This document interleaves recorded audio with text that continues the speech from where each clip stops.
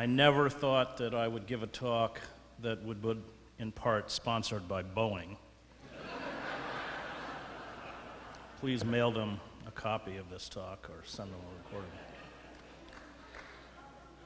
I just spent 2 years with the great graphic illustrator Joe Sacco, who I had met in Bosnia in 1995 when I was covering the war there for the New York Times, and he was doing his book, A Safe Area, Gorazda.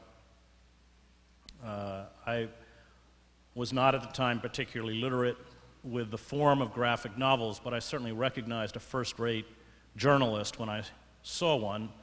We subsequently collaborated on a long story for Harper's Magazine, where we went and lived in a refugee camp in Gaza, Han Yunis, and then did a piece for The Nation magazine out of Camden. This book had its genesis in the last 2 books that I wrote, Empire of Illusion, The End of Literacy, and The Triumph of Spectacle, which was a look at how we have been effectively unplugged from the reality around us. I think we're probably the most illusioned society on the planet. The mantra that reality is never an impediment to what we want, which is fed to us across the political and cultural spectrum, whether that's Oprah or the Christian right, or positive psychology, or self-help gurus, or Hollywood. And of course, it's a form not only of magical thinking, but infantilism. It essentially creates a population that never grows up. And as that gap opens up between the illusion of who we think we are and where we think we're headed and the reality, when that gap widens to such an extent that reality is no longer deniable, when it's our home that is foreclosed, when we finally grasp that that job that we lost is not coming back and will never appear for our children, there is a tendency in such societies to react as children, which is to call for a demagogue, a savior, moral renewal, and vengeance. And I think we see on the outer fringes of American society, embodied in groups like the Tea Party and militias and the lunatic fringe of the Republican Party, and just about anybody who speaks on Fox News, that this frightening form of proto-fascism is very real. The next book that I wrote was Death of the Liberal Class, which looked at the pillars of the liberal establishment. What happened? How did we reach a point where we had become disempowered? And that book led me back to World War I, which I think was a seminal moment in American history, because on the eve of the war, you had numerous radical, populist, progressive movements that were threatening the control of the power elite. We had over 70 socialist mayors in this country, Appeal to Reason, had the 4th highest circulation, a socialist journal. Eugene Debs in 1912 polled 6%, 900,000 votes. And as Dwight MacDonald, a writer I admire very much, pointed out, the war was the rock on which these movements broke, because what was instituted was the system, the first system of modern mass propaganda, the Committee for Public Information, or the Creel Commission, because it was led by a former muckraking journalist named George Creel, which employed for the first time the understandings of crowd psychology pioneered by Le Bon, Trotter, and Sigmund Freud. And Edward Bernays, the father of modern public relations, comes out of the Creel Commission. Freud's nephew through marriage twice over. His book, after the war, Propaganda, becomes a seminal text that Goebbels uses when building the Nazi propaganda machine. And it was this understanding that people were not moved by fact or reason, but by the manipulation of emotion, what Walter Lippmann in his book Public Opinion calls the manufacturing of consent. That is where Chomsky and Herman get the title for their book on the media a few decades later. When you read Randolph Bourne or Jane Addams, who held out against this propaganda, and the Creel Commission had, of course, the resources of the state, public speakers fanned out across the country. It had its own news division, which pumped out daily pro-war press stories. It had its own film division, which made movies like The Kaiser, The Butcher of Berlin, and stuff like this. The debate, it's interesting, the debate at the beginning when they were first going into the war between Wilson and Lippmann, and that argument over whether they would have to use the coercive measures of the Espionage Act or the Sedition Act to control the population. The war had very little popular support, and of course we were pushed into the war because of the Wall Street. The collapse of the Eastern Front, the collapse of Tsarist Russia, raised the specter that the Kaiser could move over 100 divisions over to the Western Front, and if Germany and France, or excuse me, Britain and France were defeated, then those tremendous loans that Wall Street had given Britain and France would never be repaid. I mean, this was really a banker's war. There's sort of nothing new in that.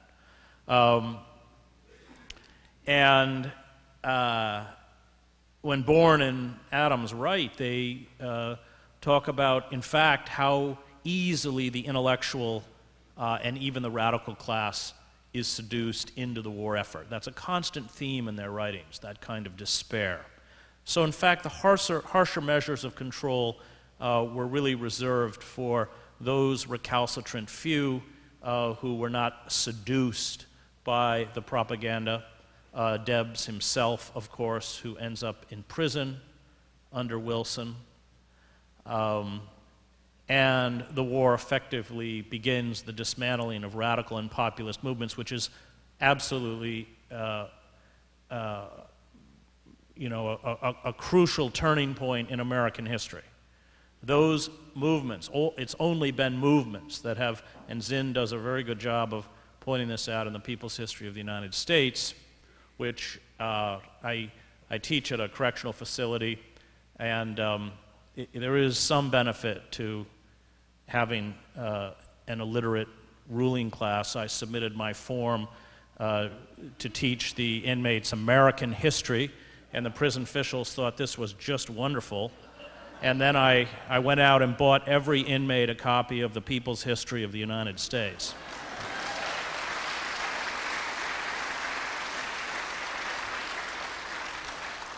I never met Zinn. I'm a huge admirer of him. But after teaching him to African-American inmates, I realized what a magnificent moral and intellectual voice he was. I would give 90-minute talks built around whatever chapter we were studying, and I would hear inmates go, damn, we've been lied to. But Zinn's very cognizant that the founding fathers, which are sort of deified often by the liberal class along with the ruling class, never wanted a popular democracy. They were terrified of popular democracy. Of course, they disenfranchised the majority of people in this country, African Americans, Native Americans, women, people without property, indentured servants, and then created mechanisms within the system, like the Electoral College and the Senate, where the senators used to be appointed, so that popular rule would never be achieved. And Zinn, the magnificence of Zinn's work is this study of how that opening up of American society was obtained with the sweat, toil, sacrifice, and blood of the disenfranchised and the American working class. And so the power elites certainly understood the danger of these movements, and they used the war to break them. Dwight MacDonald writes of that moment after the war of a transition in American society from into what he calls the psychosis of permanent war. And he says none of the political theorists of the 19th century, including Karl Marx, anticipated this psychosis of permanent war where, in MacDonald's words, you can get the masses to call for their own enslavement. So after the war, the dreaded Hun becomes the dreaded Red. Everybody from the Committee for Public Information goes straight to Madison Avenue and starts working on behalf of corporations. And they upend traditional American values of self-effacement, thrift, community, to instill this cult of the self, hedonism, and consumption as a kind of inner compulsion. They effectively, I think when we talk about American values or American culture, at this point, what we're really talking about is corporate culture. And they used the Espionage and the Sedition Act to essentially wipe out those radical movements that were left behind, including the Wobblies. Big Bill Haywood has to flee the country, spends the last decade of his life in Moscow. Joe Hill, of course, is on trumped-up murder charges, hung in Utah. The masses is shut down, appeal to reason is shut down. Even though there was a policy during the war that you could only publish if you had a pro-war editorial stance, which is why the masses wouldn't publish, appeal to reason did, and even then they were shut down. That's how you have Emma Goldman, Alexander Berkman deported. So the breaking of those radical movements was accompanied by the disemboweling of the liberal class itself in the name of anti-communism, culminating, of course, with the witch hunts, the Red Scare of the 1950s, when everything was obliterated. Thousands of university professors, high school teachers, social workers. It used to be that social workers would, the unions would advocate on behalf of their clients, artists, writers, directors, journalists like I.F. Stone, who becomes a pariah. He can't even get a job at The Nation magazine, and he ends up starting I.F. Stone's Weekly in his basement. And so the progressive forces are pushed out, the liberal forces are hollowed out. Figures like Sidney Hook, who had flirted with Trotskyism, becomes, he names names, and the liberal class itself ceases to function. The function of the liberal class, of course, is not to serve as the political left in a capitalist democracy. The function of the liberal class is to serve as a safety valve. So when then grievances and injustices become extensive within the underclass, it makes possible incremental or piecemeal reform. And that's why when Conrad Black writes his biography of Roosevelt, he says that Roosevelt's greatest achievement was that he saved capitalism. The breakdown of the liberal class means that incremental reform is no longer possible. And it's interesting that this is a constant theme in Dostoevsky's work. At the end of the 19th century in Russia, that's what his novel Demons is about, that's what Notes from Underground is about. It's Mouse Man, it's the defeated dreamer who went to all the Obama rallies and chanted, "Yes, we can," and now is just cynical and in despair. And Dostoevsky says when that liberal center doesn't work, when essentially you have a government that is gripped by paralysis, which is something that I saw in the former Yugoslavia, then you enter an age of moral nihilism. So without the populist movements and without, in the end, a functioning liberal class that was able to safeguard some of the interests of the vulnerable within the society, and of course the working class, you give rise to these monstrosities such as Bill Clinton. Clinton speaks in that traditional feel your pain, like Obama, feel your pain language of liberalism, and yet serves corporate interests. So under Clinton, we get the destruction of welfare, we get the deregulation of the FCC, which is not a small act because it essentially has allowed a half dozen corporations, Viacom, General Electric, Rupert Murdoch's News Corp, Disney, Clear Channel, to buy up the airwaves. And we've been reduced in this political theater to investing our emotional energy in what is nothing more than court gossip. And that's what MSNBC does, and that's what Fox does. They spin it in a different direction. But it's the same inanities, whether it's Newt's moon colonies or Ann Romney's horse. The real issues that confront the American citizens as they are rapidly stripped of power are never addressed over the commercial airwaves. And of course, it's Clinton who destroys the banking system, which triggers the economic meltdown of 2008. But Clinton was well paid for it. So by the 1990s, the Democratic Party had fundraising parity with the Republicans, and when Barack Obama ran for president in 2008, he got more. And so the obvious question is, with all of the restraints and impediments lifted against corporate capitalism, with nothing to check that predatory nature of corporate capitalism, what happens? And what Joe and I did was go to the sacrifice zones of the country, those places that had been offered up to the marketplace first. And of course, it all began with westward expansion and the seizure of the land, the violation of the treaties, and the acts of genocide carried out against Native Americans, propelled by gold speculators, timber speculators, freighters, the railroad barons. And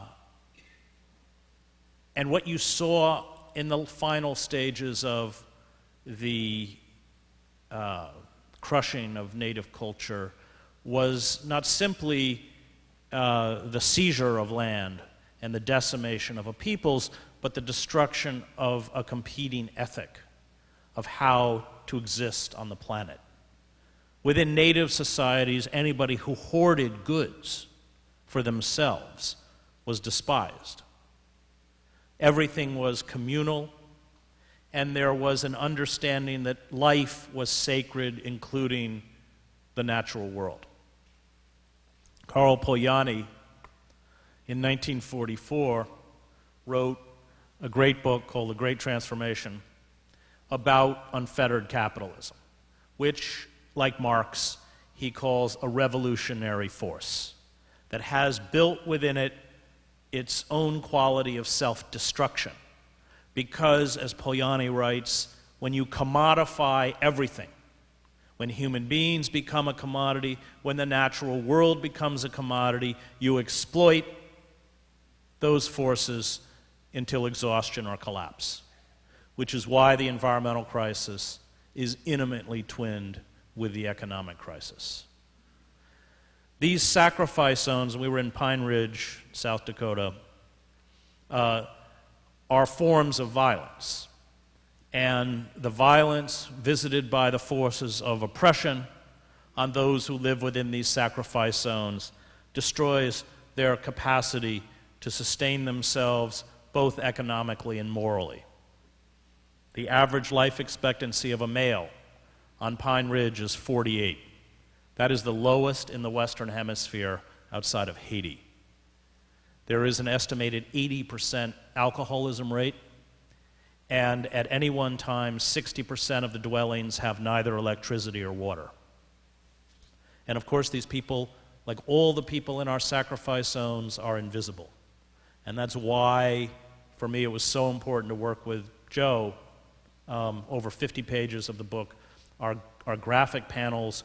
He can give a kind of filmic quality to lives and illustrations to make these those who live in these zones visible to the reader in a way that in simple prose is often difficult.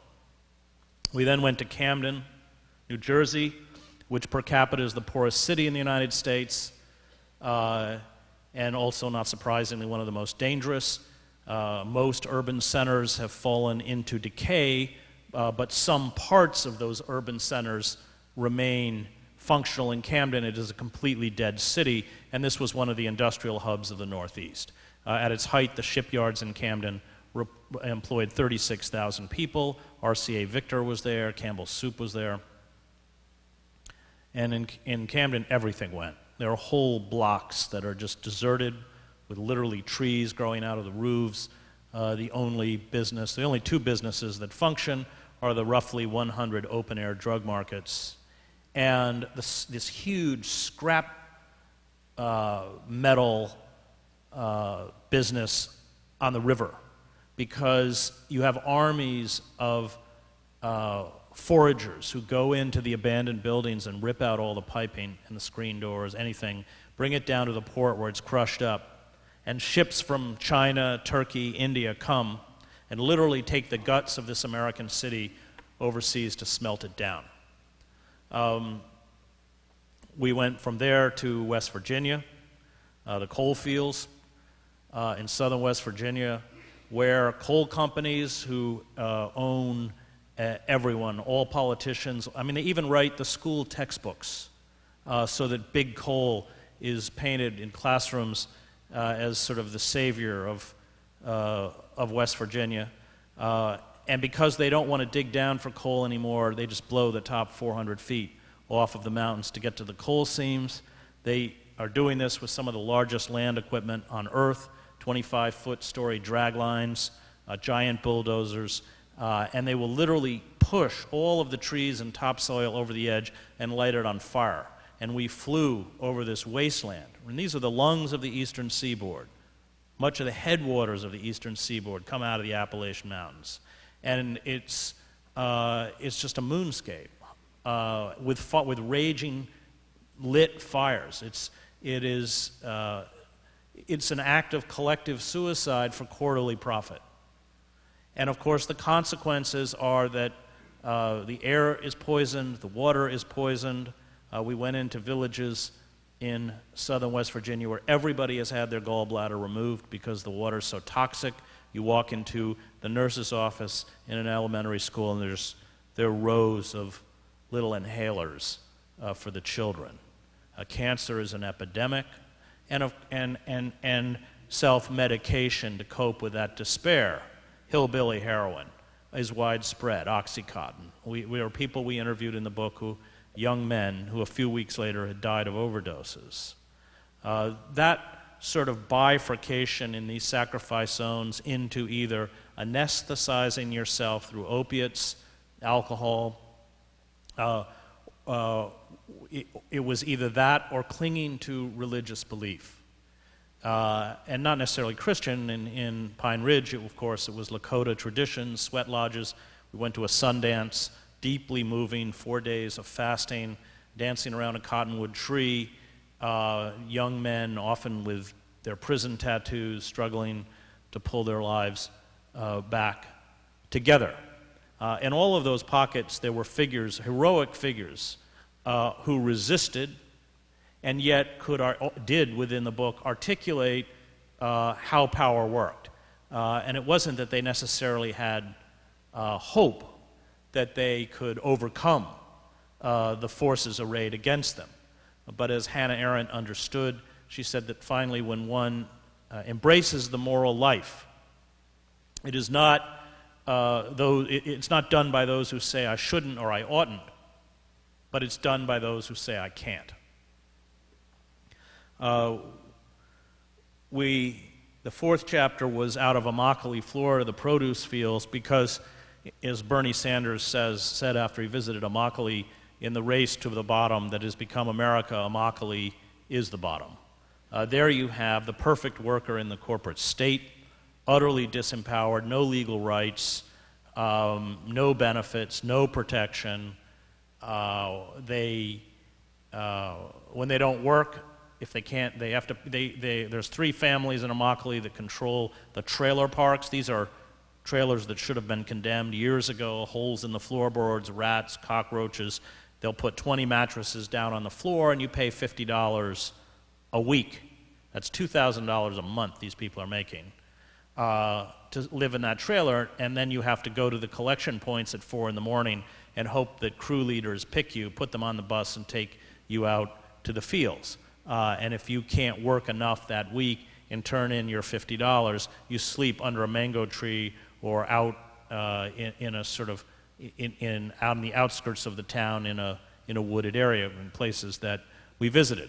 And it's not surprising that there are just constant discoveries of slavery, where workers are held against their will.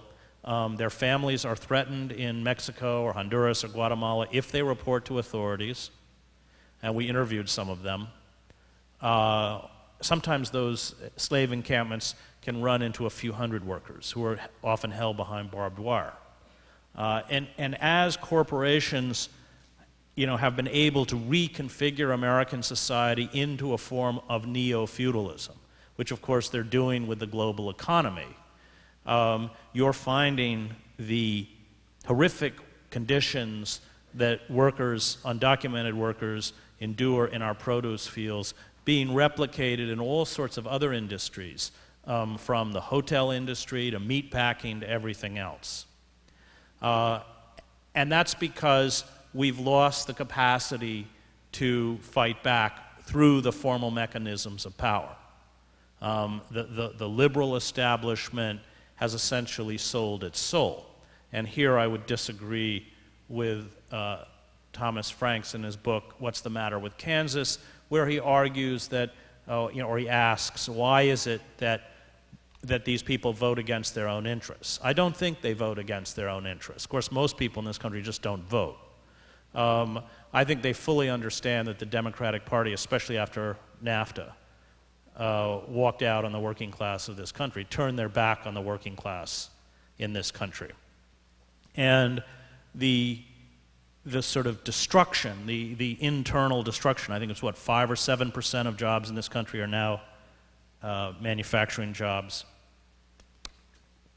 And the New York Times did a story a couple weeks ago where they looked at those middle-class families that had lost their jobs in 2008 and found that in most cases those who had found new jobs were working for salaries that were 40 or 50% less than what they were making before without benefits. And that's, of course, where we're headed. We've shifted, or we shifted in the 1970s, I suppose, from what the Harvard historian Charles Mayer calls an empire of production into an empire of consumption. And so the Obama administration, which has been nothing if not obsequious to corporate interests, and if any of you have followed Obamacare, you know fully what I'm speaking about. This health bill was hatched within the Heritage Foundation, which should be a huge tip-off to you that it's no good. It was first implemented in 2006 by then Governor Romney. It then made its way to Washington, where its 2,000 pages were tweaked and written by corporate lobbyists who inserted, of course, $447 billion in subsidies. That's why this is the equivalent of the bank bailout bill for the pharmaceutical and insurance industries, and why, of course, stocks today of pharmaceutical insurance industries have shot through the roof. They can still jack up co-payments and premiums. If you get a serious illness, you're still not protected. And of course, 1 million bankruptcies a year in this country are caused by people who can't pay their medical bills, and 80% of them had insurance. And the tragedy for me is that it's going to make it even harder for us to get the public option, or Medicare for all, which is the only rational policy that should be implemented.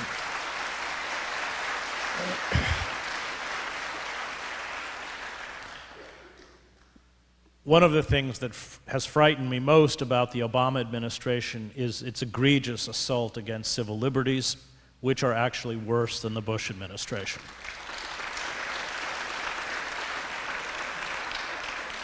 And that's because the corporate state, I think, if we have to date the the final act of the corporate coup d'etat. It's probably 2010 with Citizens United.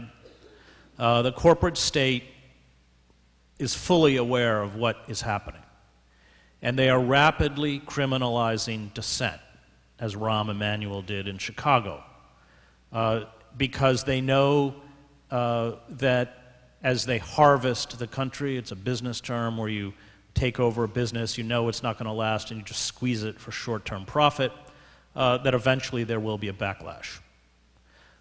So that's why Obama has not restored habeas corpus. That's why he supported the FISA Amendment Act, which retroactively makes legal what under our Constitution has traditionally been illegal, the warrantless wiretapping and monitoring and eavesdropping of tens of millions of Americans. And now we all know where your information is stored, in supercomputers in Utah. That has permitted him to radically, I think, misinterpret the 2001 authorization to use Military Force Act to call for the assassination or carry out the assassination of American citizens, and then 2 weeks later, their 16-year-old son. And that's what has caused Obama to use the Espionage Act 6 times against whistleblowers, including Sterling, who purportedly gave information about war crimes to the New York Times. The Espionage Act was never designed to silence whistleblowers. In between 1917, when it was passed, and the Obama administration, it was only used 3 times against whistleblowers, the first being Daniel Ellsberg. And I have many friends who are investigative journalists, and they all will tell you that essentially no one within the structures of power will speak to them anymore because Obama has essentially delivered the message that if you talk, you're probably going to go to prison. And this also, of course, is what led Obama to pass or sign into law on New Year's Eve the National Defense Authorization Act, which included Section 1021, which, until I sued him and we won in federal court, was law.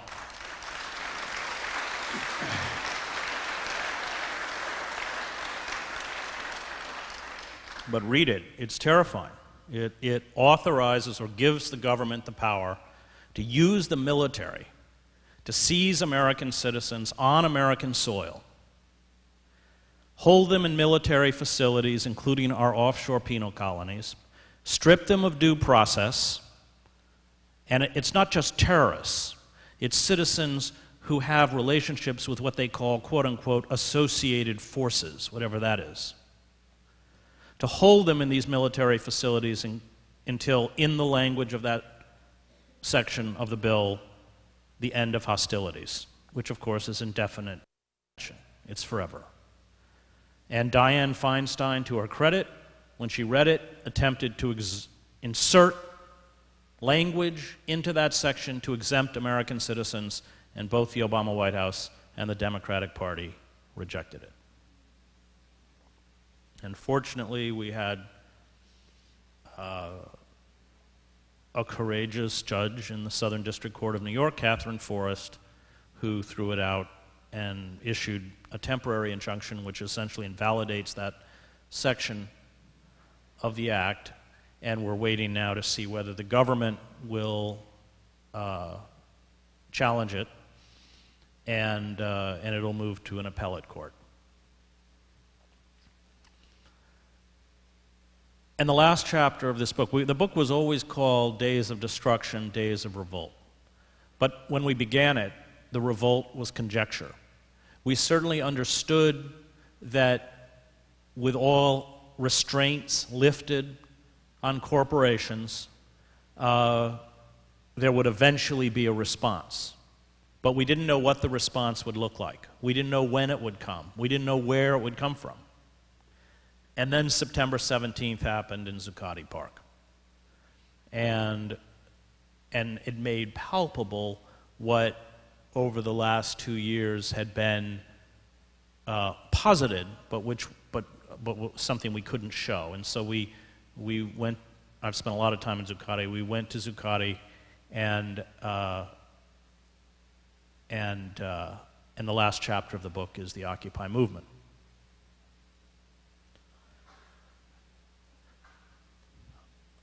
The only hope that we have now of challenging these corporate forces is by rebuilding mass movements. It is not going to come by placing a naive faith within the Democratic Party, Barack Obama, or the judicial system.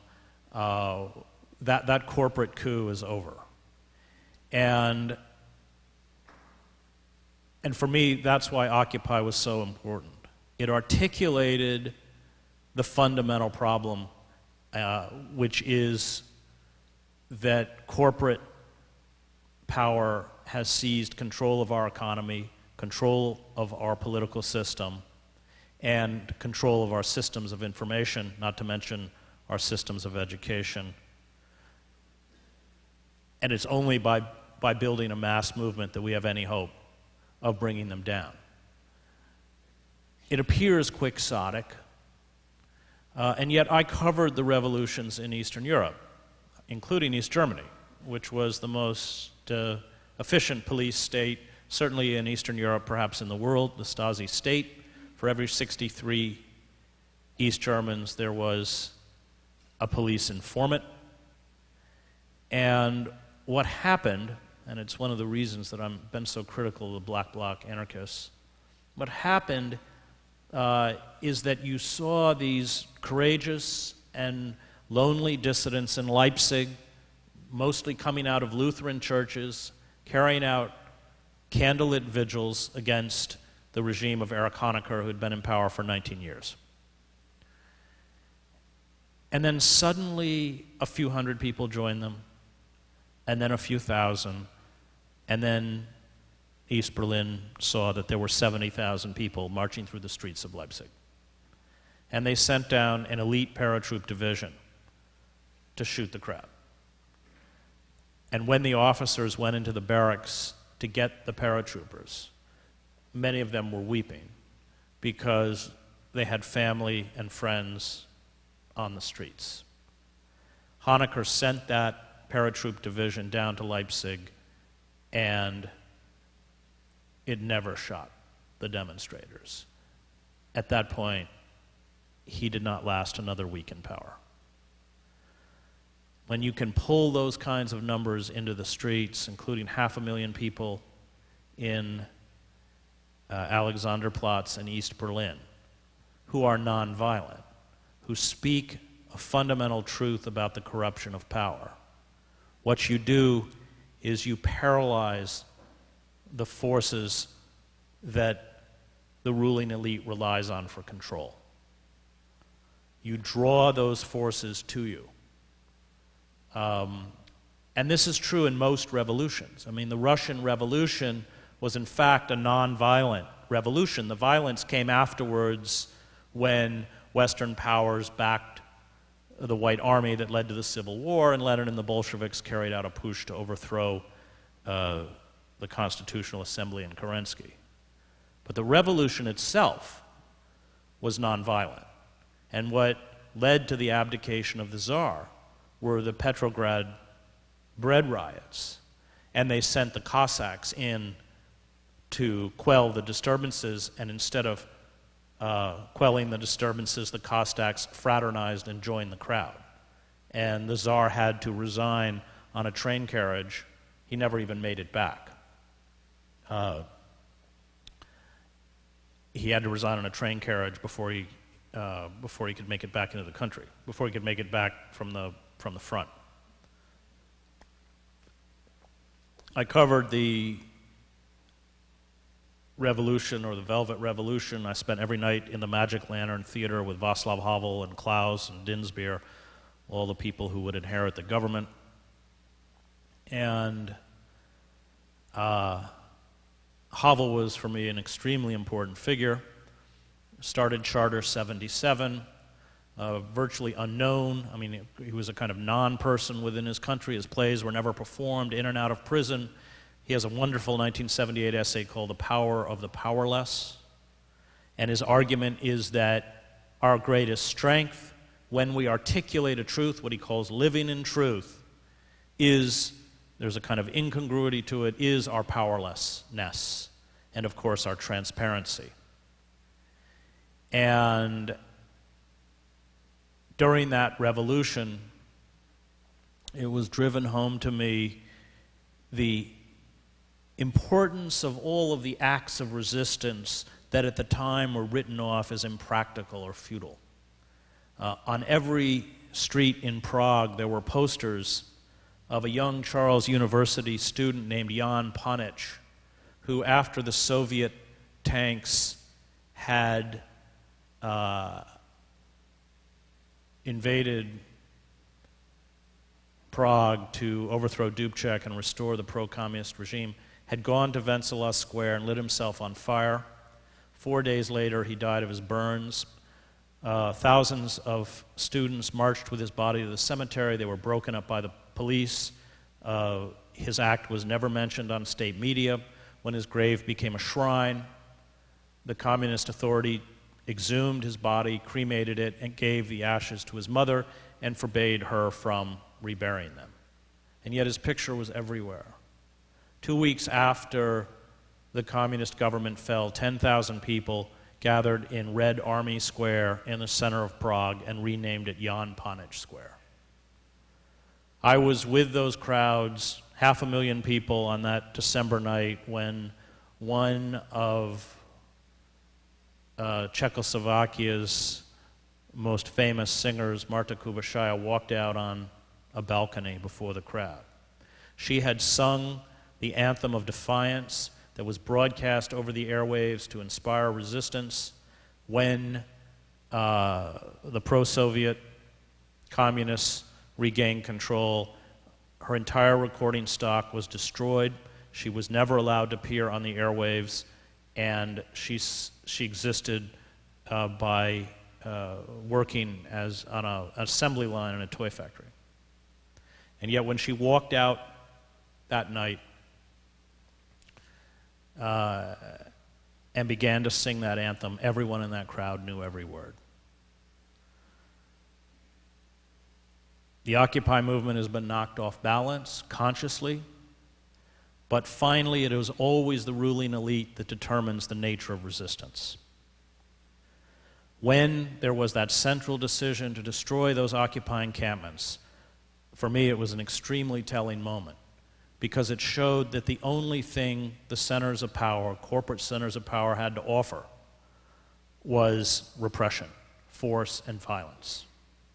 And many of you, I'm sure, read Krugman, who keeps calling for a rational economic policy. And he and I were both on Democracy Now! A few weeks ago. I spoke, and then Paul was on. And afterwards, I said, Paul, everything you write is true, but it's only possible if you have systems of power that are rational. Once systems of power essentially retreat, as our elites have done, into their version of Versailles or the Forbidden City. I think a writer from New York, the New Yorker, called it Richistan. Once they are totally out of touch, once they start cannibalizing themselves. I mean, there's a really great book, which I just reread, by Crane Brinton, called The Anatomy of Revolution, in which he studies several revolutions, including the American Revolution, the French Revolution, and he lists sort of the fundamental prerequisites for revolution, all of which we have fulfilled. A corrupt elite, a disempowered, a working class that keeps getting pushed further and further into misery. But at the end of that list, he says, the most important thing about revolutionary movements is that their fundamental demand can never be met by the ruling class because it would mean their dissolution.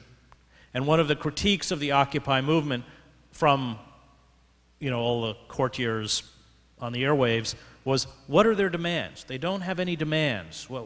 Well, they had a very clear demand, and that is, we want to reverse the corporate coup d'etat and take back for the citizenry the power that has been wrested from our hands by corporations. But that was, of course, a message that Wall Street and its minions could never hear.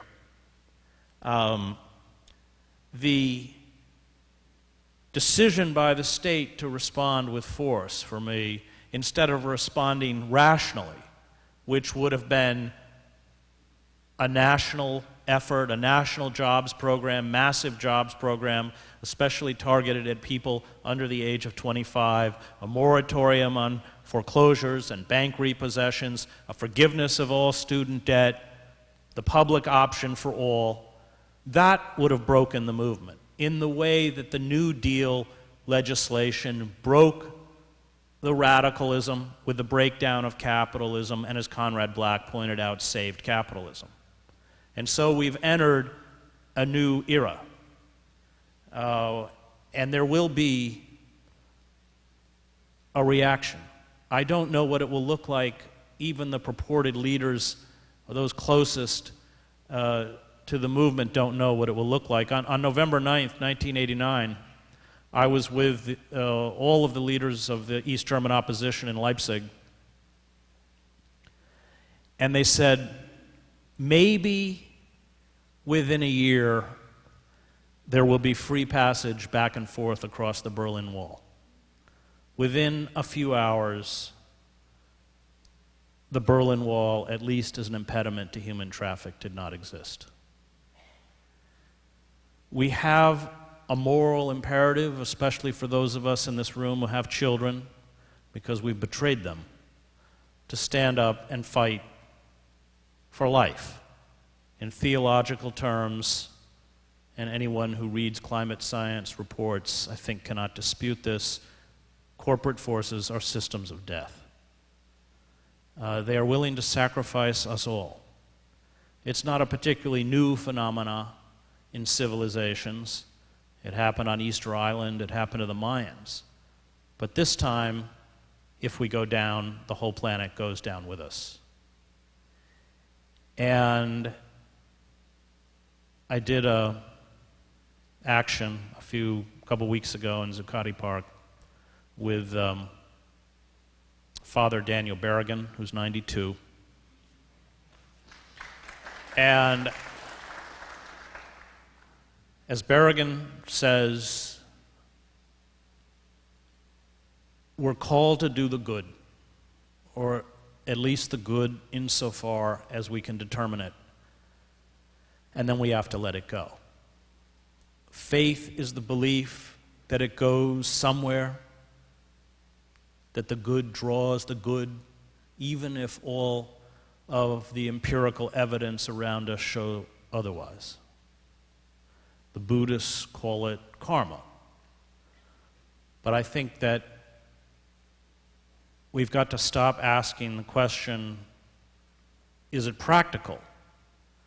And start asking the question, is it right? And I believe that the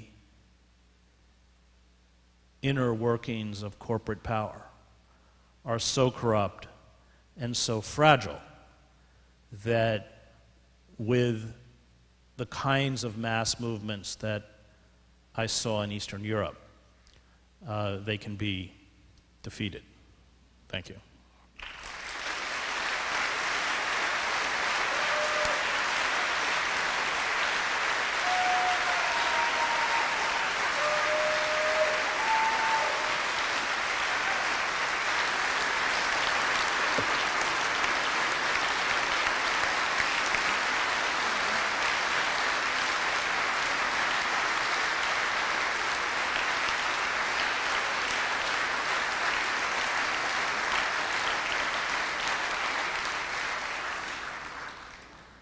On behalf of Town Hall, I'd like to thank Mr. Hedges for coming here tonight, and now we can get started with the Q&A. But before we get started, I'd like just to remind everyone, we want to get through as many questions as possible. We have about 20 minutes, so if you could keep your questions short and in the form of a question. Thank you. Mr. Hedges, my name is Mark Taylor Canfield. I'm a journalist. My articles about the Occupy Wall Street movement have been published by Huffington Post. And recently, I just wrote an article called Chris Hedges versus the Black Bloc for Counterpunch, and would love to send that to you. Okay. But The reason that I'm here today is because we're having an Occupy National Gathering that's happening in Philadelphia on July 4th. And Yeah. recently, the United Nations envoy sent a letter to Hillary Clinton condemning the crackdowns by the police on the Occupy movement in the United States of America. And I haven't seen much coverage of this, nor much comment in the media. So I'm wondering what your response is. To the violence against the Occupy movement? To the letter to the U.S. State Department, which has not been responded to at all, and there has been no report really in the media about it at all. Well, I mean, the duplicity of the centers of power should be pretty obvious. I mean, we will chastise dictatorships in countries that we are opposed to and then carry out the same practices on the streets of American cities. Yeah. Do you think that the State Department should respond? We could move on to the next question. I mean, I don't have much faith in the State Department. I'm just not investing my energy in the formal centers of power and what they do. Good evening, sir. I have kind of two questions rolled into one because they're related. One, I'm sure you have, but have you ever read Eric Hoffer's old 1955 book called The True Believer, which is an analysis of mass movements? And in it, on Inauguration Day, I found the section on hope and change. And what do you think is the one unifying principle that we could all unite behind to create a mass movement here in America? All of the tinders there for the mass movement. I mean, I covered the two Palestinian uprising or intifadas, the revolutions in Eastern Europe, the street demonstrations that brought down Milosevic. They all have a kind of unifying quality, which is that the tinder is there, but you never know what it is that will ignite it. None of us can know, but it is there. And we've just seen in the last few weeks the government deny hundreds of thousands of Americans the extension of their unemployment benefits, the Supreme Court decision that was an assault against public sector unions. I mean, it is just the refusal to fund adequately food stamps, and 6 million people in this country, their sole source of income is now food stamps. 1 in every 3 children eat in this country because of food stamps. When Clinton destroyed welfare, what sort of wasn't gotten out was that 70% of the recipients of welfare support were children. So corporations know only one word, and that's more. And they will push and push and push until there is a backlash. It can go the wrong way, as it did in the 1930s. And we have powerful, essentially proto-fascist movements that speak in the language of violence, that celebrate the gun culture, that direct a legitimate rage and betrayal towards the vulnerable, Muslims, undocumented workers, homosexuals, intellectuals, feminists. They got a very long list. And they are backed by the most retrograde forces in our society, including the Koch brothers and others. And that's why it's extremely vital that those of us who care about nonviolence, care about an open society, begin to make sacrifices which are not comfortable. Wendell Berry, 77 years old, occupies the governor's office in Kentucky to fight mountaintop removal, and before he goes in, he goes, to be honest, going to jail is more time than I care to donate to the U.S. government. But Cornel West, Bill McKibben, they've all come to the same conclusion, that we've got to, to throw a wrench in the machine, and we've got to do it with our bodies. Yep. Thank you. Speaking of President Clinton, at the end of President Clinton's successful 8 years in office, 7 million Americans went from the dark shadows of poverty to the bright sunshine of opportunity. At the end of President Bush's disastrous reign of error, 5 million more Americans fell into poverty. So wouldn't you say the difference there of 12 million Americans is a profound and dramatic difference, just as every single Democrat in the Senate opposes Citizens United, President Obama opposes it, Mitt Romney is for it. So aren't there not still dramatic and profound differences between most Democrats and most Republicans? There are differences. I wouldn't call them very profound. And, if I have to hear Obama drool over Jamie Dimon one more time, the fact is, on all of the fundamental structural issues, there is no difference between Bush and Obama. Nobody across the political spectrum wants to allow Wall Street to continue to loot the U.S. Treasury while we are imposed with austerity. We give trillions of taxpayer dollars. They won't lend. If there's any small business person in this room, they'll tell you they're being choked to death because they can't get credit. It's insane. I mean, Goldman Sachs is bailed out for a penny on a dollar. They engaged in criminal activity. I mean, it's all documented. We have the emails. And then they borrow money at 0% interest to speculate. It's not capitalism. I don't know what it is. And Obama has been as complicit in this as Bush. And let's not even begin on Iraq and Afghanistan and drones and Pakistan and Somalia and Yemen and Boeing's role in that. Do you believe that the recent ruling by the Supreme Court regarding corporations being human beings further entrenches and codifies totalitarianism? Yeah, I think that 2010 ruling was it, and you can see it because they now have the capacity to essentially destroy anyone who stands in the way of corporate power. I think the recall in Wisconsin is illustrative of the tragic mistake that we don't want to make. We allowed that energy. It could have gone either way. It could have gone towards general strikes, which is where they should have gone. But they funneled it back. They funneled it back into the dead political system, what Benjamin DeMott calls junk politics. The Democrats took control. Organized labor, which has not been very good, took control. They coughed up, a retread Democratic candidate, and then, of course, the Koch brothers and everybody came in and crushed it. And it's going to be very hard for them to rebuild what they had. It's not our job to take power.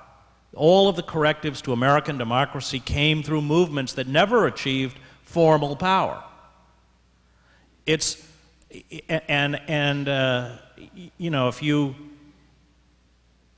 you look at the political decline that we have undergone, you would have to sort of accept that the last liberal president that we had was Richard Nixon, because he was still scared of movements. So we got OSHA, the Mine and Safety Act.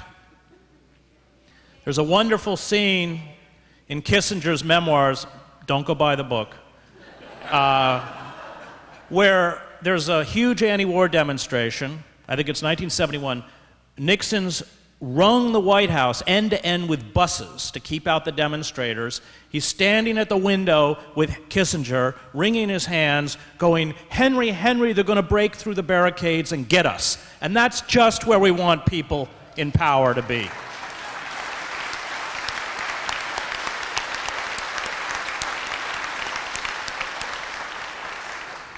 I think that gentleman. Hey, man, I love you. I really appreciate everything you're saying. And I like what you're saying about mass movements being the hope.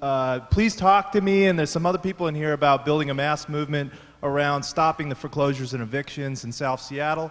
My question, what's your thinking on like a coup d'etat within the next year in our country with like the European Union collapsing and the $600 trillion derivatives bubble? I mean, it seems like there's so much dysfunction in the centers of power that like it almost looks like we're like going to get to a Smedley Butler. Any seismic change or revolutionary change requires a crisis.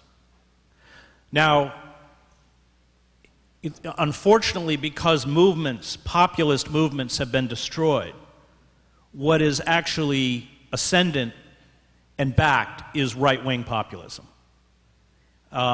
which is very frightening. It resembles the Nazi Party in the sense that you have a right-wing populism that is backed, in the case of the Nazis, by German business interests, in the case of the Tea Party and others, by corporations. So the linchpin tends to be currency, a currency collapse. I've lived through 3 of them. And then the world order is turned upside down. This is what happened in Yugoslavia. The war in Yugoslavia was not caused by ancient ethnic hatreds. It was caused by the economic collapse of Yugoslavia.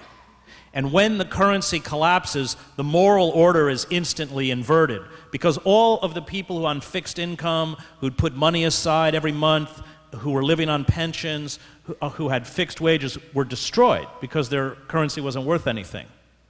And it was all the gangsters and the speculators and the war criminals who were filthy rich. And the anger in Yugoslavia was manifested by supporting figures like Radovan Karadzic, who everyone knew was insane, just out of disgust. And we're not immune from that at all. I don't take the lunatic fringe of the Republican Party and these frightening, deformed figures on the far right. I don't take them lightly, because I watched those kinds of figures become ascendant in Yugoslavia, and it worries me. I mean, so there's no guarantee that that we're going to exit this with sanity. You have such a strong grasp of historical background, and speaking of lunatic fringe, I was wondering how Ayn Rand really got her preeminent rise as the high priestess of the right in this country. Well, that's a good point. I mean, look at who these people's intellectual foundations are. It's a third-rate economist like Milton Friedman and a third-rate novelist like Ayn Rand. It's insane. I mean, the idea that making an entire human society sacrifice itself before the dictates of the marketplace, there's nothing in 3,000 years of economic history to justify this absurdity.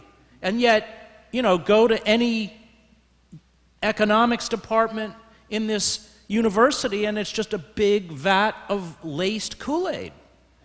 It's crazy, and you can't even get into the debate unless you buy this essentially utopian belief. And what we're watching, of course, is the breakdown of globalization.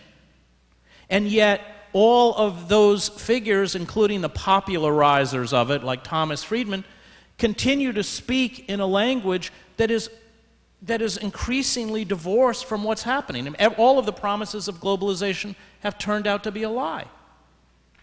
And I think part of the problem, unlike Europe, is that with the destruction of the left, of populist movements, we've been robbed of the language by which we can describe what's happening to us. And it's called class warfare.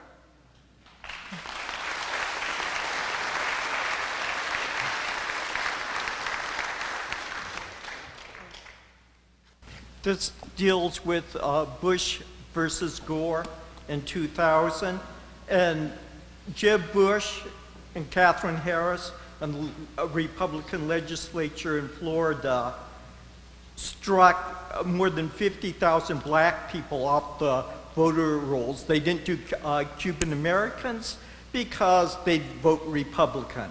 Now, this is absolutely contrary to the 15th Amendment to the U.S. Constitution passed after the Civil War in the 1860s. So when it goes to the Supreme Court decides 5-4 for it. Now the question is, also 100 senators, no one would object to it. The 14th Amendment to the U.S. Constitution, Clause 3, states anyone in rebellion against the U.S. Constitution cannot serve as a federal officer or a state officer. So what's wrong with the American public? Are they idiots? Not like Dostoevsky's the idiot. Right. But they don't realize I mean, the problem with the 2000 is the Democratic Party decided to lynch Ralph Nader for this.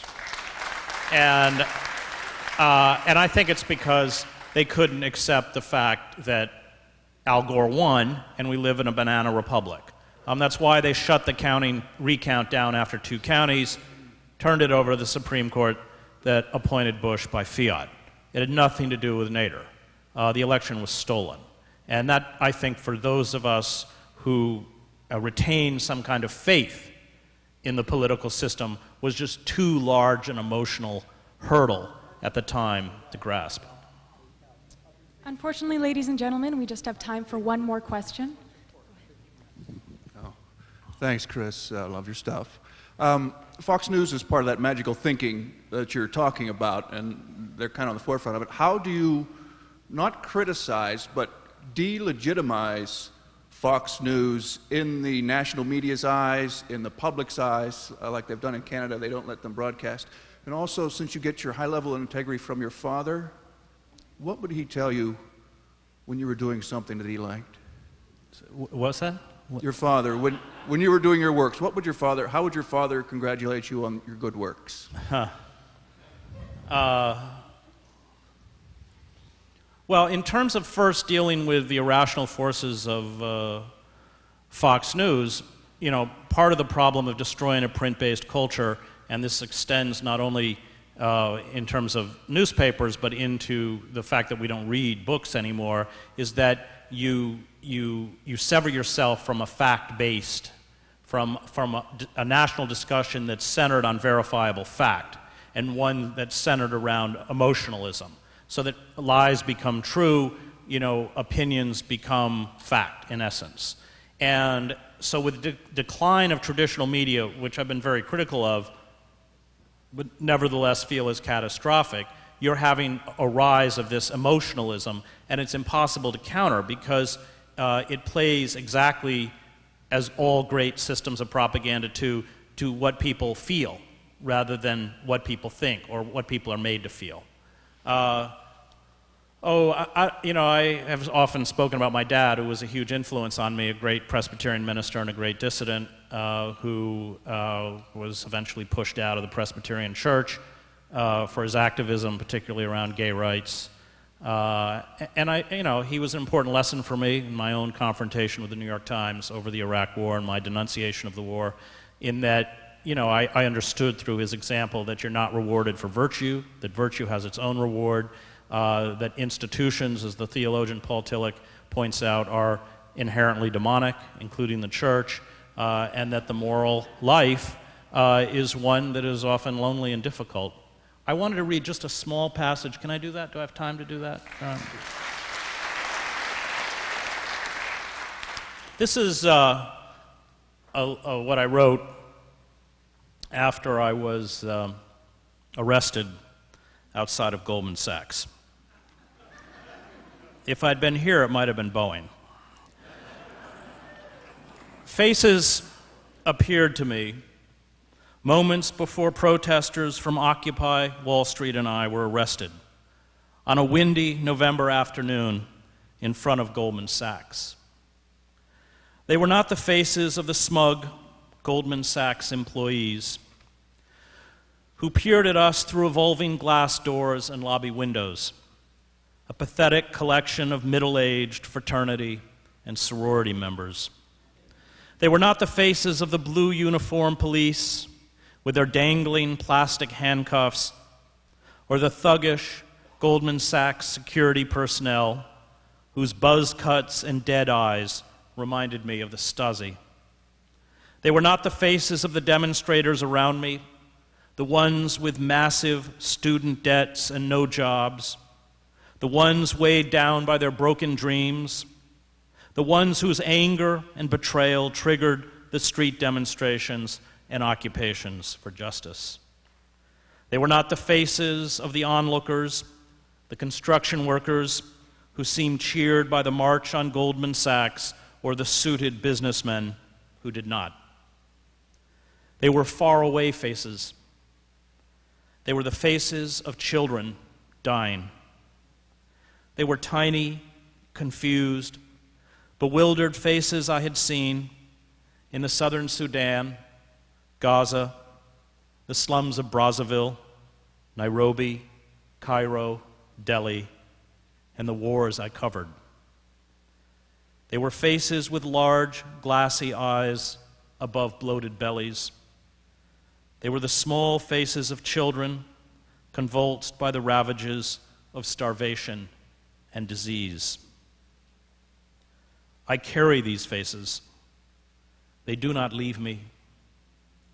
I look at my own children and cannot forget them. These other children who never had a chance.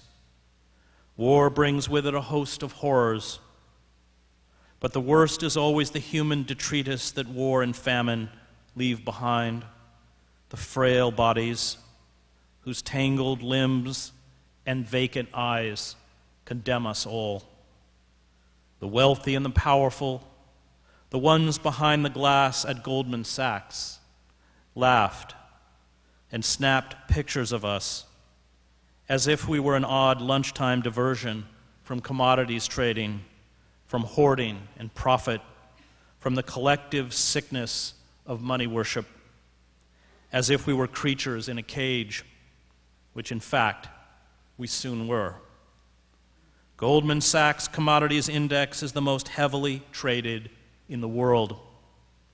The financial firm hoards futures of rice, wheat, corn, sugar, and livestock, and jacks up commodity prices by as much as 200% on the global market, so that poor families can no longer afford basic staples and literally starve.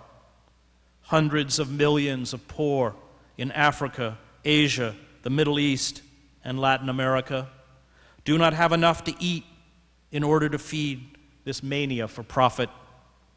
The technical jargon learned in business schools and on trading floors effectively masks the reality of what is happening. Murder. The cold, neutral words of business and commerce are designed to make systems operate, even systems of death, with a ruthless efficiency. The people behind the windows and those of us with our arms locked in a circle on the concrete outside did not speak the same language. Profit, trade, speculation, globalization, war, national security. These are the words they use to justify the snuffing out of tiny lives, acts of radical evil.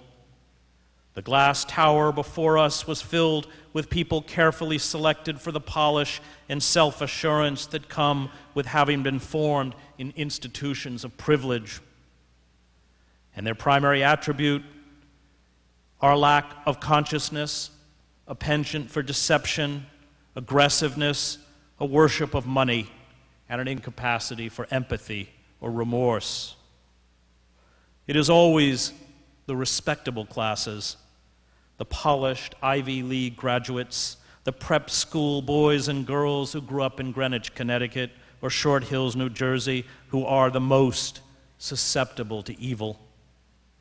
To be intelligent, as many are, at least in a narrow, analytical way, is morally neutral.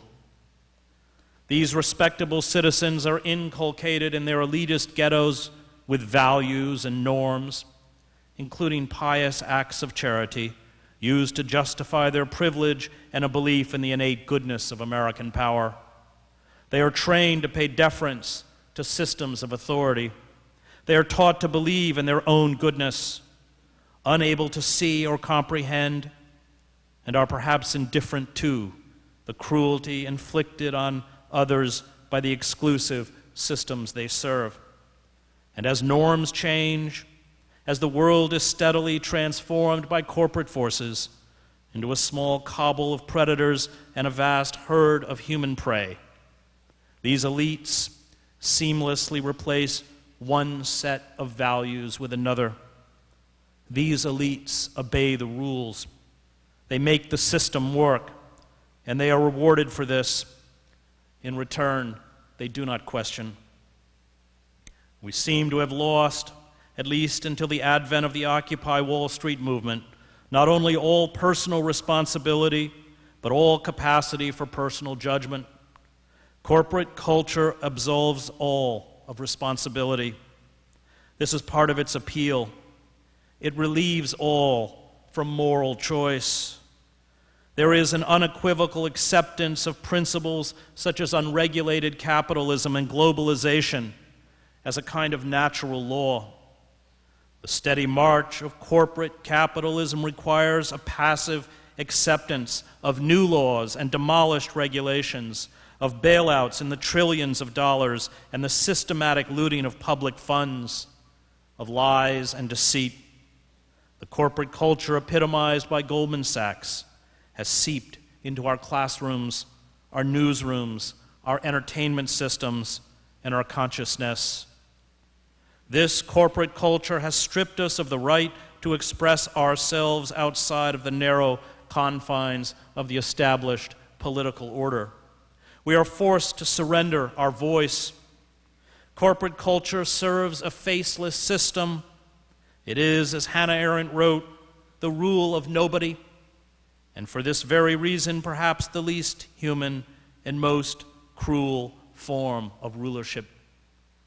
Those who resist, the doubters, outcasts, artists, renegades, skeptics, and rebels, rarely come from the elite.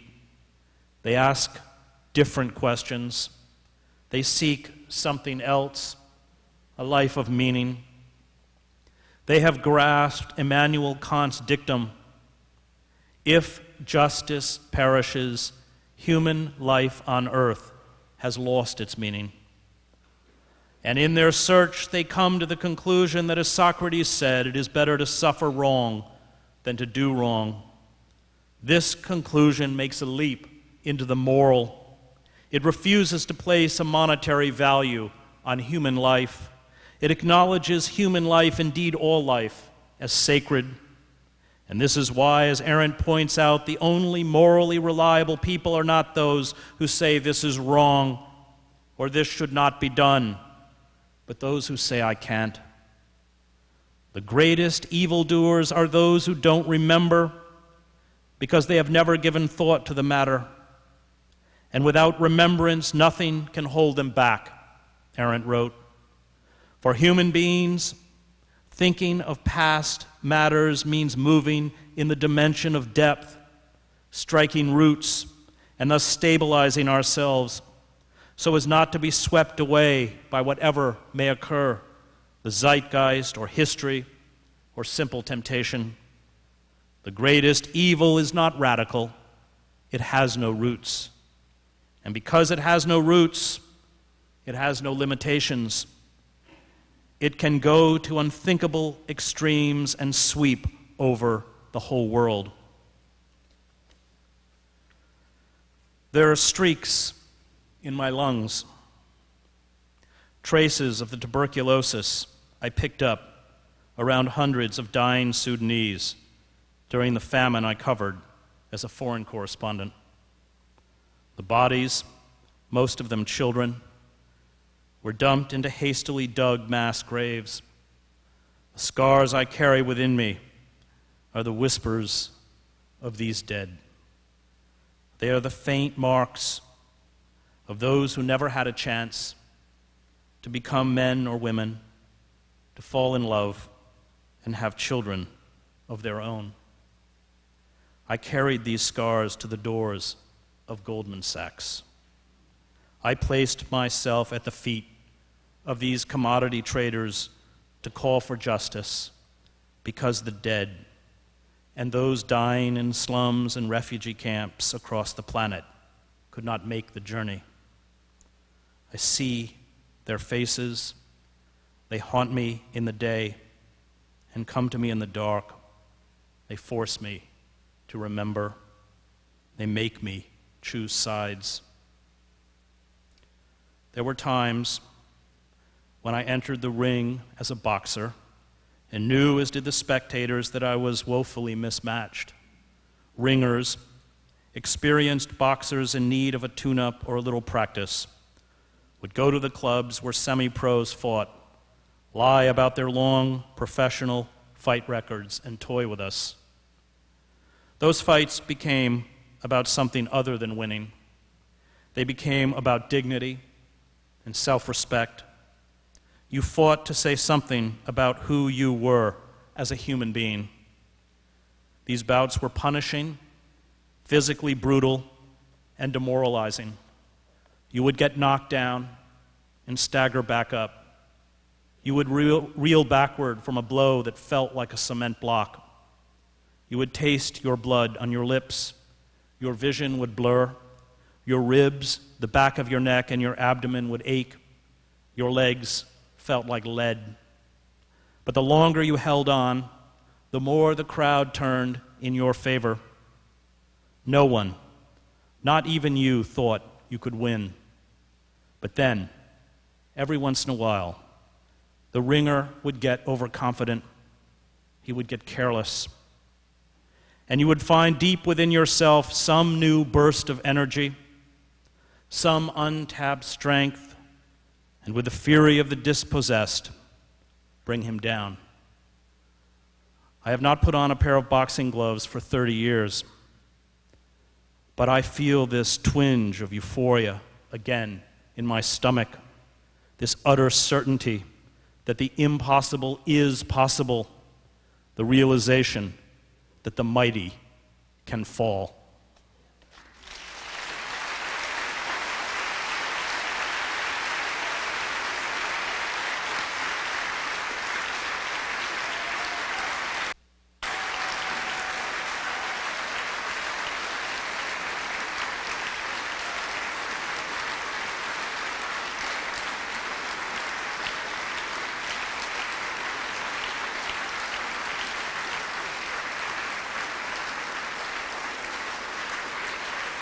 Thank you.